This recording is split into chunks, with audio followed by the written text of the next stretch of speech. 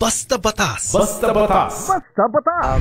Yung sustento po to begin with ay bagamat karapatan ay hindi po nadidiktahan kung magkano kalaki o gaano kaliit. Kasi napakaraming factors ang paghingi ng sustento.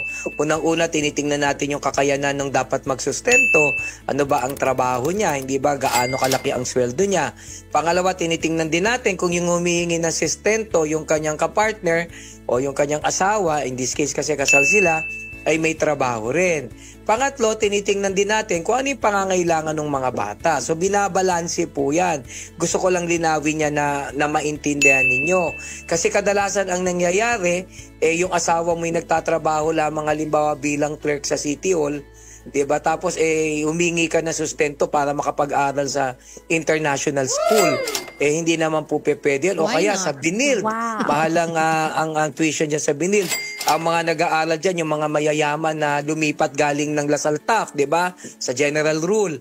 So, ibig ko sabihin, kung masyadong malaki ang sisingilin mo, wala na makakayanan yung tao, hindi din naman makatwiran. But on the other hand, kung ang tatay mo ay si Bill Gates, hindi ba? Tapos kundi yung baon mo araw-araw ay hindi pa pinagkakait, hindi rin tama yon. So sa madalit salita, binabalanse po ang interest. Okay? Basta Batas. Basta Batas. Basta Batas.